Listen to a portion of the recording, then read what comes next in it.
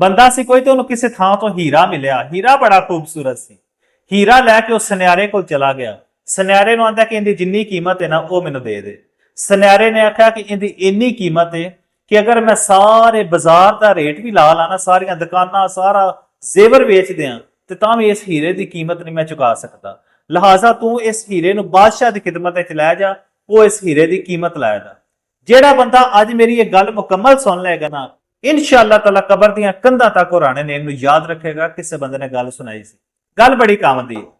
ਉਹ ਬਾਦਸ਼ਾਹ ਦੀ ਖਿਦਮਤ ਵਿੱਚ ਲੈ ਗਿਆ। ਬਾਦਸ਼ਾਹ ਨੇ ਪੁੱਛਿਆ ਕਿ ਹਾਂ ਵੀ ਕੌਣ ਹੈ ਤੇ ਕਿੱਥੋਂ ਆਇਆ?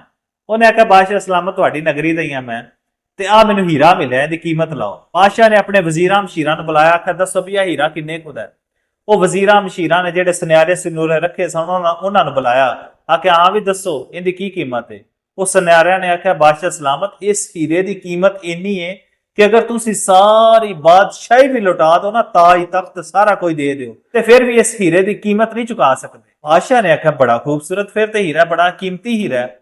ਉਹਨੇ ਆਪਣੇ ਵਜ਼ੀਰਾਂ ਮਸ਼ੀਰਾਂ ਨੂੰ ਆਰਡਰ ਕੀਤਾ ਵੀ ਕੋਈ ਹੋਰ ਤਜਵੀਜ਼ ਹੱਲ ਲੱਭੋ, ਇਹ ਮੈਂ ਲੈਣਾ, ਹਰ ਕੀਮਤ ਤੇ ਲੈਣਾ। ਉਹ ਵਜ਼ੀਰ ਸਨ, ਉਹਨਾਂ ਕੋਈ ਨਾ ਕੋਈ ਹੱਲ ਤੇ ਕੱਢਣਾ ਸੀ ਨਾ।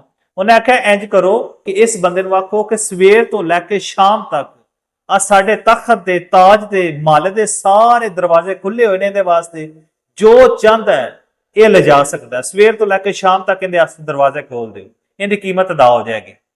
ਚਲੋ ਉਹ ਬਾਦਸ਼ਾਹ ਨੇ ਉਸ ਬੰਦੇ ਨੂੰ ਬੁਲਾਇਆ, ਉਹਨੂੰ ਆਖਿਆ ਹਾਂ ਬਈ ਤੇਰੀ ਇਸ ਹੀਰੇ ਦੀ ਇੰਨੀ ਕੀਮਤ ਹੈ ਕਿ ਸਵੇਰ ਤੋਂ ਲੈ ਕੇ ਸ਼ਾਮ ਤੱਕ ਅਸੀਂ ਮਹੱਲ ਦਾ ਦਰਵਾਜ਼ਾ ਖੋਲ ਦਿਆਂਗੇ। ਮਹੱਲ ਦੇ ਅੰਦਰ ਬੜੀਆਂ ਸ਼ੈਵਾਂ ਨੇ, ਹਰ ਦੁਨੀਆ ਦੀ ਹਰ ਸ਼ੈ ਇੱਥੇ ਪਈ ਹੋਈ ਹੈ।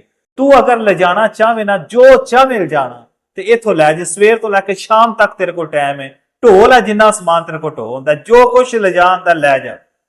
ਉਹ ਬੰਦਾ ਬੜਾ ਰਾਜ਼ੀ ਹੋਇਆ, ਖੁਸ਼ ਹੋਇਆ। ਉਹਨੇ ਆਖਿਆ ਵੀ ਇਹ ਚੱਸ ਨਹੀਂ ਆ ਗਿਆ, ਸਵਾਦ ਨਹੀਂ ਆ ਗਿਆ, ਜ਼ਿੰਦਗੀ ਬਦਲ ਗਈ ਹੈ।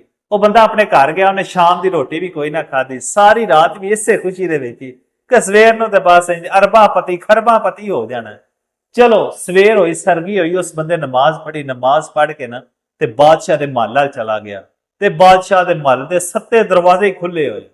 ਹੋ ਸਕਿਆ ਸਵਾਦ ਨਹੀਂ ਆ ਗਿਆ। ਪਹਿਲੇ ਦਰਵਾਜ਼ੇ 'ਚ ਹੀ ਵੜਿਆ ਨਾ, ਤੇ ਬੜੇ ਸੋਹਣੇ ਬੜੇ ਖੂਬਸੂਰਤ ਸੂਟ, ਬਾਦਸ਼ਾਹ ਦਾ ਲਿਬਾਸ ਉਹ ਟੰਗਿਆ ਹੋਇਆ ਅਲਮਾਰੀ ਦੇ ਵਿੱਚ।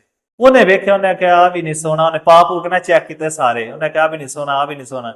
ਇੱਕ ਬਾਦਸ਼ਾਹ ਦਾ ਬੜਾ ਹੀ ਖੂਬਸੂਰਤ ਸੂਟ ਸੀ, ਉਹਨੇ ਕਿਹਾ ਵੀ ਆਹ ਮੈਂ ਪਾਣਾ ਵਾ। ਉਹਨੇ ਜਦੋਂ ਸ਼ਾਹੀ ਲਿਬਾਸ ਪਾਇਆ ਨਾ, ਤੇ ਉਹਨੂੰ ਆਪਣੇ ਆਪ ਵਿੱਚ ਫੀਲਿੰਗ ਆਈ ਕਿ ਮੈਂ ਕੋਈ ਸ਼ਹਿਜ਼ਾਦਾ ਵਾਂ, ਮੈਂ ਤੇ ਖਾਨਦਾਨੀ ਰਈਸ ਲੱਗਦਾ ਪਿਆ। ਉਹਨੇ ਆਪਣੇ ਆਪ ਨੂੰ ਸ਼ੀਸ਼ੇ 'ਚ ਵੇਖਿਆ। ਉਸ ਆਖਿਆ ਚਲੋ ਅਗਾਂਹ ਗਿਆ ਨਾ ਥੋੜਾ ਜਿਹਾ, ਤੇ ਅਗਾਂਹ ਜਾਂਦਿਆਂ ਨੂੰ ਜਨਾਬ ਬੜੇ ਖੂਬਸੂਰਤ ਖਾਣੇ ਲੱਗੇ ਹੋਏ, ਹਰ ਕਿਸਮ ਦਾ ਗੋਸ਼ਤ, ਹਰ ਕਿਸਮ ਦਾ ਫਲ ਫਰੂਟ, ਹਰ ਕਿਸਮ ਦਾ ਉੱਥੇ ਨਾ ਜਨਾਬ ਸਮਾਨ ਪਿਆ ਹੋਇਆ।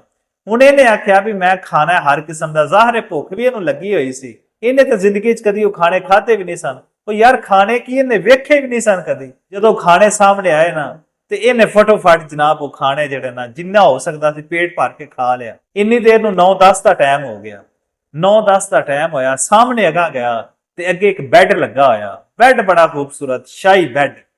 ਉੱਥੇ ਜਾ ਕੇ ਜਨਾਬ ਬਹਿ ਗਿਆ। ਬੈੱਡ ਦੇ ਆਲੇ ਦੁਆਲੇ ਨੌਕਰਾਨੀਆਂ, ਉਹਨਾਂ ਨੇ ਪੱਖੇ ਫੜੇ ਹੋਏ ਤੇ ਝੱਲਣ ਪਈਆਂ।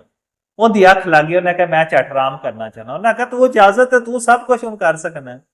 ਉਹ ਜਨਾਬ ਆਰਾਮ ਕੀਤਾ, ਸੌਂ ਗਿਆ, ਮਜ਼ੇ ਦੀ ਨੀਂਦ। ਉਹ ਐਸਾ ਸੁੱਤਾ ਕੋਈ ਟਾਈਮ ਗੁਜ਼ਰਿਆ ਨਾ, ਤੇ ਉਹਨੂੰ ਇਹ ਹਲੂਣੇ ਵੱਜੇ ਵੀ ਕੋਈ ਮੈਨੂੰ ਉਠਾਉਂਦਾ ਪਿਆ।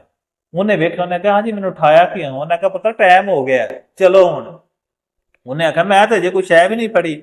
ਉਹਨੇ ਕਿਹਾ ਅਸੀਂ ਕਿਹੜਾ ਤੇਰੇ ਹੱਥ ਫੜੇ ਸਨ, ਤੈਨੂੰ ਆਖਿਆ ਸੀ ਨਾ ਸਵੇਰ ਤੋਂ ਲੈ ਕੇ ਸ਼ਾਮ ਤੱਕ ਤੇਰੇ ਕੋਲ ਟਾਈਮ ਹੈ। ਹੁਣ ਸ਼ਾਮ ਹੋ ਗਈ, ਹੁਣ ਤੇਰਾ ਟਾਈਮ ਮੁੱਕ ਗਿਆ, ਹੁਣ ਤੂੰ ਜਾ ਸਕਣਾ। ਪਰ ਜਦੋਂ ਇੰਨੀ ਗੱਲ ਕੀਤੀ ਨਾ, ਉਹ ਬੰਦਾ ਤੇ ਕਦੀ ਉਹ ਸ਼ੈ ਨੂੰ ਹੱਥ ਪਾਵੇ, ਕਦੀ ਉਹ ਸ਼ੈ ਨੂੰ ਹੱਥ ਪਾਵੇ। ਉਹਨਾਂ ਕਹੇ ਇੱਜ਼ਤ ਨਾਲ ਜਾਣਾ ਕਿ ਸਿਕਿਉਰਿਟੀ ਬੁਲਾਈਏ। ਉਹਨਾਂ ਜਿਹੜਾ ਸੂਟ ਪਾਇਆ ਸੀ ਉਹ ਵੀ ਲਵਾਇਆ, ਹਰ ਸ਼ੈ ਲਵਾਈ, ਤੇ ਉਹਨਾਂ ਸਿਕਿਉਰਿਟੀ ਗਾਰਡਾਂ ਬਾਹਰ ਛੱਡ ਦਿੱਤਾ। ਬਜ਼ੁਰਗ ਆਂਦੇ ਨੇ ਕਿ ਪੁੱਤਰ ਆ ਜਿਹੜੀ 60-70 ਸਾਲ ਦੀ ਜ਼ਿੰਦਗੀ ਹੈ ਨਾ ਤੇਰੇ ਕੋਲ, ਇਹ ਬੜਾ ਟਾਈਮ ਹੈ। ਇਸ ਟਾਈਮ ਦੇ ਵਿੱਚ ਜਿੰਨਾ ਰੱਬ ਨੂੰ ਰਾਜ਼ੀ ਕਰ ਸਕਦਾ ਹੈ, ਜਿੰਨੀ ਰੱਬ ਦੀ ਇਬਾਦਤ ਕਰ ਸਕਣਾ ਕਰ ਲੈ। ਵਰਨਾ ਜਦੋਂ ਆਖਰੀ ਟਾਈਮ ਆ ਜਾਣਾ ਨਾ, ਆਖਰੀ ਸਾਹ ਹੋ ਜਾਣਾ, ਤੇ ਫਿਰ ਫਰਿਸ਼ਤਿਆਂ ਤੈਨੂੰ ਇੰਨੀ ਮੋਹਲਤ ਵੀ ਨਹੀਂ ਦੇਣੀ ਕਿ ਤੂੰ ਤੌਬਾ ਕਰ ਲਵੇਂ। ਉਹਨੇ ਇਹ ਨਹੀਂ ਆਖਣਾ ਕਿ ਚੱਲ ਹੁਣ ਜਿਹੜਾ ਮਾਲ ਹੈ ਖਰਚ ਕਰ ਲੈ, ਜਾਂ ਸਜਦਾ ਕਰ ਲੈ, ਜਾਂ ਤੇਰੇ ਕੋਲ ਟਾਈਮ ਹੈ ਤੂੰ ਇੰਜ ਕਰ ਲੈ। ਨਾ, ਜਦੋਂ ਟਾਈਮ ਮੁੱਕ ਜਾਣਾ ਤੇ ਫਿਰ ਜਿਵੇਂ ਉਹ ਬੰਦੇ ਨੂੰ ਨਾ ਬਾਦਸ਼ਾਹ ਦੇ ਮਹੱਲ ਚੋਂ ਬਾਹਰ ਸੱਟ ਛੜਿਆ ਸੀ ਨਾ, ਇੰਜ ਹੀ ਉਹਨਾਂ ਜਨਾਬ ਤੇਰੇ ਇਸ ਵਜੂਦ ਚੋਂ ਰੂਹ ਨੂੰ ਬਾਹਰ ਸੱਟ ਦੇਣਾ। ਤੇ ਇੰਜ ਕਰ ਲੈ ਕਿ ਤੇਰੇ ਕੋਲ ਹਜੇ ਟਾਈਮ ਹੈ ਵੇ, ਤੂੰ ਕੋਸ਼ਿਸ਼ ਕਰ ਰੱਬ ਨੂੰ ਮਨਾ ਲੈ। ਗੱਲ ਦੀ ਸਮਝ ਆਈ ਹੋਵੇ ਤੇ ਇਹਨੂੰ ਲਾਈਕ ਸ਼ੇਅਰ ਜ਼ਰੂਰ ਕਰਿਓ, ਤੇ ਕਮੈਂਟ ਕਰਕੇ ਆਪਣੀ ਰਾਏ ਦਾ ਇਜ਼ਹਾਰ ਕਰਦੇ ਜਾਇਓ। ਰਾਣਾ ਨਈਮ ਵੱਲੋਂ ਬਹੁਤ ਸਾਰਾ ਸਲਾਮ। ਹੱਸਦੇ ਰਹੋ, ਵਸਦੇ ਰਹੋ।